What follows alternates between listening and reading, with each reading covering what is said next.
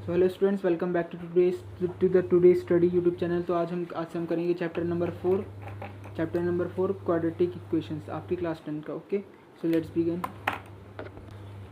सो friends, dear friends, basically इस NCERT में लिखा क्या है कि लेट अस अज्यूम कोई भी वेरिएबल एक्स है, तो इसका हम क्वाड्रेटिक इक्वेशन बनाना चाहेंगे। तो हम कैसे बनाएंगे? जनरल फॉर्म है क्वाड्रेटिक इक्वेशन, जनरल फॉर्म। ठीक है, इसकी जनरल फॉर्म क्या होगी? A x square plus b x plus c, जैसा कि हमने पहले चैप्टर्स में भी देख लिया था। ठीक है, और इसमें ए की वैल्यू ज़ीरो नहीं होनी चाहिए, ज़ीरो से बड़ा होना चाहिए। और a b and c must be real numbers. Okay, कितना नोट करें? सो स्टूडेंट्स, अब बात आती है roots of a quadratic equation की। जैसे हम कोई भी क्वाड्रेटिक इक्वेशन, जैसे हमने अभी लिया x square plus b x plus c equals to zero, हम इसको डिटरमाइन करेंगे। तो इसमें जो अगर हम बोलेंगे let alpha be it's one of the roots, ठीक है, एक रूट मान लेते हैं इसका अल्फ़ा। तो इसमें अल्फ़ा क्या होगा? जब हम एक्स की जगह अल्फ़ा को पुट करेंगे और इसका आंसर ज़ीरो होगा, तब ये इक्वेशन 12 प्लस प्लस प्लस करके अगर ज़ीरो आया, तभी ये इक्वेशन और ये रूट एक साथ, मतलब ये अल्फ़ा इसका रूट कहलाएगा। मतलब अगर हम एक्स की जगह अल्फ़ा रखेंगे, ए अल्फ़ा का square plus b into alpha plus c equals to zero, अगर ये प्लस करके इनका आंसर ज़ीरो के इक्वल आया, तभी अल्फ़ा इस इक्वेशन का रूट वैलिड होगा। ओके, तो आप इतना नोट कर लीजिए। और एक और कॉन्सेप्ट है फ्रेंड्स, जो है हम अगर इसको एक पोलिनोमियल की फॉर्म में लिखे, सिंपल पोलिनोमियल, तो इसके जो रूट्स होंगे इस पोलिनोमियल के, वो इस इक्वेशन के रूट्स के इक्वल होंगे। मतलब इसके जो ज़ीरोज़ होंगे, zeros of the polynomial is equal to the zeros of the roots is equal to the roots of this equation. क्योंकि इक्वल टू ज़ीरो है तो ये इक्वेशन हो गया। अब ये किसी के इक्वलेंट नहीं करा हमें, तो ये पोलिनोमियल होगा। तो इस पोलिनोमियल के जो ज़ीरोज़ होंगे वो इस इक्वेशन के रूट्स के इक्वल होंगे, मतलब सेम ही होंगे। ठीक है दोनों? ओके, तो इतना नोट करिए स्टूडेंट्स। अब हम पढ़ेंगे रूट्स कैसे फाइंड करते हैं किसी भी क्वाड्रेटिक इक्वेशन के बाय फैक्टराइजेशन मेथड। तो हमने एक पोलिनोमियल, एक क्वाड्रेटिक इक्वेशन सपोज कर लिया, x square plus 2x plus 1 equals to zero. Okay, ये भी बहुत ही बेसिक इक्वेशन। ठीक है, तो इसे हम कैसे सॉल्व करेंगे? फैक्टराइजेशन मेथड, जैसे हमने 9th में भी सीखा था और पहले भी सीखा था। इन दोनों को, इसका जो कोएफिशिएंट है 1 और ये कांस्टेंट है, इन दोनों को मल्टीप्लाई कर दीजिए। एक्स स्क्वायर का कोएफिशिएंट और कांस्टेंट को मल्टीप्लाई कर दीजिए, 1 इंटू 1 1। ठीक है, तो 1 के दो कुछ ऐसा कुछ करो, मल्टीप्लाई करके प्लस करके कि ये 2 आ जाए। ठीक है, तो हम लिखेंगे x square plus x plus 1 equals to zero. ये आ जाएगा आपका, एक्स बाहर कॉमन आ जाएगा, x plus 1 plus 1 x plus 1 equals to zero. तो अब ब्रैकेट के अंदर के कॉमन ले लीजिए एक्स प्लस 1, और ब्रैकेट के अंदर के बाहर अलग कॉलम में कॉमन ले लीजिए एक्स प्लस 1 इक्वल्स टू। तो इसके हमारे पास दो रूट्स आ गए, एक्स इक्वल्स टू -1 और एक्स इक्वल्स टू -1। ठीक है, तो एक तो ये फैक्टराइजेशन मेथड। अब सेकंड मेथड हम सीखेंगे, आप इसे नोट कर लीजिए। सो स्टूडेंट्स, अब हम सीखेंगे कंप्लीटिंग द स्क्वायर मेथड, जो एनसीईआरटी में गिवन है। यह एग्जांपल है, हमने अपनी तरफ से आपको बताया, x square plus 6x plus 5 equals to 0। इसे एक क्वाड्रेटिक इक्वेशन समझ लीजिए। ठीक है, तो आपको पता होगा जैसे कि स्क्वायर का मतलब होता है कोई भी एंटिटी है, कोई भी नंबर है, x प्लस वाई इसका स्क्वायर है। तो इससे हम इसके रूट्स निकाल सकते हैं। क्या होगा? x प्लस वाई या और x प्लस वाई। ओके, तो इसी तरह से अगर हम इस इक्वेशन को इस वाली फॉर्म में कहीं से निकाल दें, एक्स प्लस वाई का होल स्क्वायर, तो उससे हमें इसके अंदर के रूट्स पता चल जाएंगे। ठीक है, तो हम चलो लेट्स करते हैं। हमें पता है क्या होता है, ये होता है x square plus 2ab 2xy plus y square. ठीक है, एक्स प्लस वाई का होल स्क्वायर। ठीक है, मतलब ये दो एंटिटी के प्लस करने से ये स्क्वायर बना होगा, इक्वल्स टू 0। ठीक है, तो देखो यहाँ पे ये 2xy क्या है? ये 6x है। तो 2y मतलब ये 2y क्या हो जाएगा 6 हो जाएगा। तो एक y कितना होगा 1y कितना होगा ये 3 होगा, ठीक है। तो y इक्वल्स टू 3, जो भी दूसरी एंटिटी होगी वो 3 के इक्वल होगी। तो अब हम क्या करेंगे यहाँ पे ऐसे लिखेंगे x square plus 6x plus 5 equals to 0, ये तो लिखा ही है। हम इसके आगे करेंगे 5 को उधर ले जाइए, x square plus 6x equals to -5, ठीक है। y हमें 3 मिल गया है, 3 क्या होगा 6 का हाफ है, तो 3 का स्क्वायर कर देंगे क्योंकि y स्क्वायर है ना, तो यहाँ पे उसको निकालने के लिए 6x प्लस y क्या है 3 है, 3 स्क्वायर। अगर हमने यहाँ पे प्लस करा है तो हमें -5 यहाँ पे भी प्लस करना पड़ेगा इक्वेशन को इक्वल रखने के लिए, ओके ठीक है। सो अब हम इसे इक्वेट कर देंगे, एक्स स्क्वायर सॉल्व करेंगे, एक्स स्क्वायर प्लस 6x, 3 का स्क्वायर 9 इक्वल्स टू -5 प्लस यहाँ पे भी 9 आएगा, तो यहाँ पे होगा आपका x square plus 6x plus 9 equals to -4, okay. तो ये हमें पता है कि x प्लस वाई के होल स्क्वायर की फॉर्म में ही आ चुका है, कैसे x square plus 2ab plus c square, ये 3 का स्क्वायर है, और ये है x square plus 2 into 3y plus 3 का स्क्वायर इक्वल्स टू -4। तो ये क्या हो गया आपका x प्लस 3 का होल स्क्वायर, ठीक है, सॉरी 3x है ना, तो x प्लस 3 का whole square equals to -4, okay.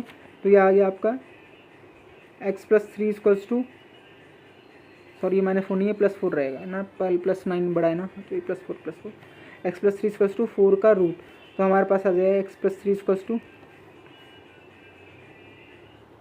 +-2, x plus 3 equals to +-2, 2 आएंगे ना, तो हम एक बार x इक्वल्स टू 3 -2 लिख लेंगे, और x इक्वल्स टू +2 -3 उधर हो जाएगा, तो ये आ जाएगा x equals to -5, x equals to -1। हमारे पास दो रूट्स आ गए हैं, ओके। तो आप इसे नोट कर लीजिए। सो स्टूडेंट्स, अब जो थर्ड पार्ट हमें एनसीईआरटी में दिया है वो थर्ड फॉर्मूला है क्वाड्रेटिक फॉर्मूला मेथड, ठीक है। तो इसे इंडिया में श्रीधराचार्य मेथड भी कहते हैं, ओके। तो हम क्या ये फॉर्मूला क्या है, x इक्वल्स टू जो आपके रूट्स आएंगे वो आएंगे आपके -b प्लस माइनस रूट के अंदर b square -4ac upon 2a, okay. Sorry ये पूरा अंदर आएगा, ठीक है, ये पूरा 2/2a में, ओके। तो आप इतना नोट करिए। सो यहाँ पे एक चीज़ नोटिस करिएगा कि ये +-2 क्यों है, क्योंकि हमें क्वाड्रेटिक के 2 रूट्स मिलेंगे, ठीक है, इससे हमें 2 रूट्स मिलेंगे, इसलिए एक प्लस है एक माइनस है, ठीक है। तो और आपका जो ये b स्क्वायर -4ac है ना, इसे हम डिटर्मिनेंट कहते हैं, डिटर्मिनेंट क्योंकि यही डिटरमाइन करता है कि आपके रूट्स का नेचर क्या होगा, प्लस होगा या माइनस होगा, ठीक है। इसलिए b स्क्वायर -4ac आपको इसे डिटर्मिनेंट कहना है, ठीक है। तो एक एग्जांपल के थ्रू समझेंगे। यहाँ पे एक्स स्क्वायर है, इसके हम रूट्स निकालेंगे। तो यहाँ पे a क्या है, a इक्वल्स टू 1 है, b इक्वल्स टू 2 है, और c कांस्टेंट क्या है -3, ठीक है, c -3 है आपका। तो हम यहाँ से निकालेंगे x इक्वल्स टू -2, b की जगह -2 प्लस माइनस b स्क्वायर यानी 2 का square, 2 square -4ac, sorry -4, a का है वैल्यू 1, c की है -3 होल अपॉन 2 इंटू 1, ठीक है। तो x की वैल्यू यहाँ से निकल जाएगी -2 प्लस -4 माइनस प्लस हो जाएगा 4 3 जा 12 प्लस 12/2, ठीक है। तो x की वैल्यू यहाँ से हम निकालेंगे -2 प्लस माइनस रूट के अंदर 16/2, तो यहाँ से हमारा आंसर आ जाएगा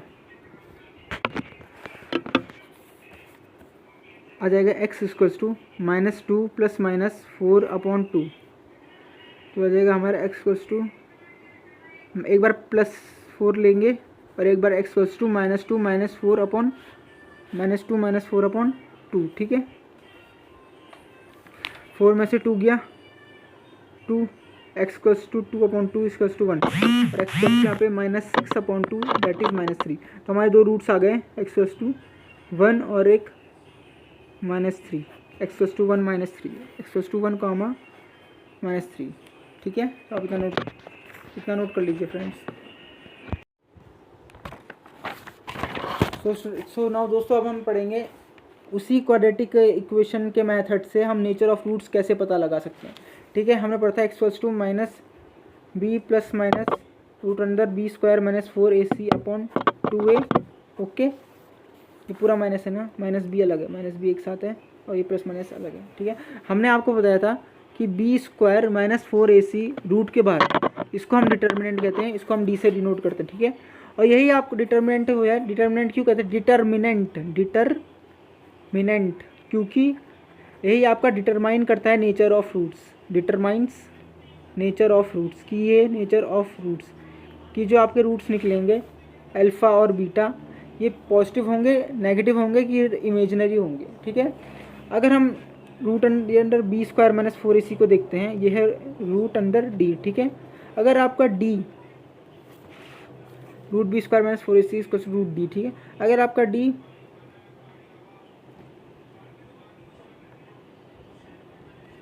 डी ज़ीरो के इक्वल है, अगर डी पहली कंडीशन, अगर आप डी ज़ीरो के इक्वल है तो ये पूरा पार्ट ज़ीरो हो जाएगा और आपको यहीं से निकलना पड़ेगा। तो रूट्स आपके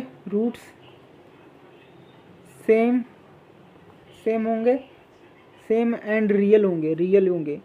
अब ये मत देखना कि यहाँ पे माइनस बी है तो माइनस नेगेटिव दोनों होंगे, क्योंकि बी अगर खाली बी ही अगर नेगेटिव होगा तो ब्रैकेट के अंदर माइनस बी और बाहर एक और माइनस आ जाएगा, वो पॉजिटिव बन जाएगा। ठीक है, तो रूट्स यहाँ पे सेम होंगे और रियल होंगे। ठीक है, बस इतना लिखिए आप। और सेकंड में if D is greater than zero then तो आपके रूट्स मतलब B square minus 4ac zero के से बड़ा है तो इसकी कुछ तो वैल्यू आएगी, रूट के अंदर कुछ तो वैल्यू आएगी और ये डिस्टिंक्ट हो जाएंगे, अलग हो जाएंगे। Then roots will be distinct मतलब डिफरेंट हो जाएंगे एंड रियल। ठीक है, तब ये रियल रहेंगे, इमेजिनरी नहीं रहेंगे। ठीक है, सेकंड थर्ड। और अगर d is smaller than zero, अगर आपका ये ये बी स्क्वायर माइनस 4ac की वैल्यू ही ज़ीरो के छोटी हो गई, मतलब ये नेगेटिव में चली गई, तो आप ये किसी रूट का नेगेटिव निकाल सकते हो, रियल नंबर में नहीं निकाल सकते ना इमेज रूट किसी नेगेटिव।